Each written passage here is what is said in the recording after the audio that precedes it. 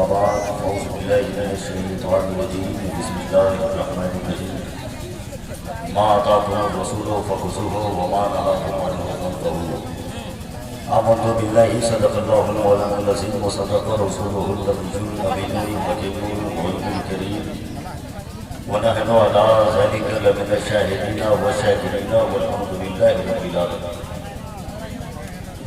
گرال حق کا مجدہ ہے وہ جلوہ بار ہوتا ہے، گرال حق کا مجدہ ہے وہ جلوہ بار ہوتا ہے، محمد مصطفیٰ کا جس گھڑی دیدار ہوتا ہے.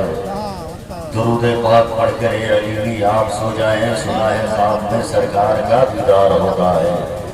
جی لگا کہ نبی اور علی نبی کی بارگاہ میں درود پاک پڑھیں. اللہم صلی علی درود شریف یاد ہے تو پڑھ لیجئے نا. جی لگا کہ اللہم صلی علی سیدنا شفیعنا مولانا محمد بارک وسلم صلو علیہ الصلوۃ والسلام علیہ یا رسول اللہ صلی اللہ علیہ وسلم. قابل مبارکباد یادی جناب منظور صاحب اور ان کے صاحبزادگان جنہوں نے تحفظ قرآن کانفرنس کا انعقاد کیا اور بڑا ہی کامیاب یہ پروگرام چل رہا ہے. منبر نور پہ دیکھ رہے ہیں جماعت اہل سنت کی ایسی شخصیتیں موجود ہیں کہ جن کے ذہن و فکر کی ادراک پر نہ جانے کتنے سورج طلوع ہوئے اور جا کر غروب ہو گئے، مگر آج بھی اپنے علم کے ضیابار کرنوں سے لوگوں کے دلوں میں عشق مصطفی کی شمع روشن کر رہے ہیں. میرے دائیں جانب خلیفہ حضور شیر نیپال پیکر خلوص و وفا ناشر مسلک اعلیٰ حضرت علامہ مفتی تنویر احمد برکاتی صاحب قبلہ اپنے مکمل علمی فنی آب و تاب تمتن و تمتراک کے ساتھ میری خطابت اور آپ کی سماعت کی پشت پناہی فرما رہے ہیں. اللہ انہیں سلامت رکھے. شاعر اہل سنت حضرت عبدالقیوم شمسی صاحب، شاعر انقلاب حضرت فیضان مجاہد کلکتوی صاحب، حضرت چراغ کلکتوی صاحب، سارے لوگ منبر نور پہ موجود ہیں. میرے بعد ہندو نیپال کا ایک انقلابی خطیب حضرت علامہ ہارون رضا چترویدی برکاتی سے آپ کو تقریر سماعت کر دی ہے، اور شہزادہ شعر و ادب نقیب اہل سنت حضرت غلام غوث برکاتی صاحب سے بہترین نقاب پر سماعت کر رہے ہیں. بس آپ حضرات تھوڑی دیر میرا ساتھ دیں، اس لیے کہ جلسہ بڑی محنتوں کے ساتھ کیا جاتا ہے، بہت پیسے خرچ کیے جاتے ہیں، مگر جلسہ کو کامیاب کرانے کی ذمہ داری سامعین کے اوپر ہوتی ہے. سامعین کے اوپر ہوتی ہے. افراتفری کا ماحول بنا ہوا ہے، مگر فیضان مجاہد کو اگر سننا ہے تو اپنے اندر بیداری پیدا کرنا ہوگا. بولنے سبحان اللہ. دیکھیے کہنے والے نے کہا ہے جہاں ذکر حبیب ہوتا ہے خود خدا بھی قریب ہوتا ہے، اور ان کی محفل میں بیٹھنے والا آدمی بڑا خوش نصیب ہوتا ہے. نبی فرماتے ہیں کہ اگر کسی نے عالم کے چہرے کو دیکھا گویا اس نے میرے چہرے کو دیکھا. کب بولیے گا آپ لوگ؟ بول دیجیے نا سبحان اللہ. بس آپ لوگ اتنے پیچھے بیٹھے ہوئے ہیں. میرے نوجوان بھائیوں سے گزارش ہے کہ جلسہ دیکھنے کی چیز نہیں ہے، جلسہ سننے کی چیز ہوتی ہے. اگر جلسہ دیکھنے کی نیت ہو تو اسٹیشن پہ جا کے دیکھ لینا، وہاں پہ جلسہ نہیں جلسے نظر آئیں گے. مگر جب محفل پاک میں آتے ہیں تو جلسہ سننے کی طرح سے آپ آئے. پیکر خلوص و وفا علامہ اویس رضا برکاتی صاحب قبلہ منبر نور پہ علامہ موسیٰ صاحب اور علامہ عبدالرؤوف صاحب. بس آپ حضرات سے گزارش کر رہا ہوں، میرے نبی نے فرمایا کہ جو دنیا میں عالم دین کے ساتھ بیٹھے گا کل جنت میں وہ میرے ساتھ ہوگا. اس نیت کے ساتھ اگر آپ لوگوں کو اگر زحمت نہیں ہو تو آپ حضرات سے گزارش ہے کہ 2-4 قدم آپ لوگ آگے آ جائیں.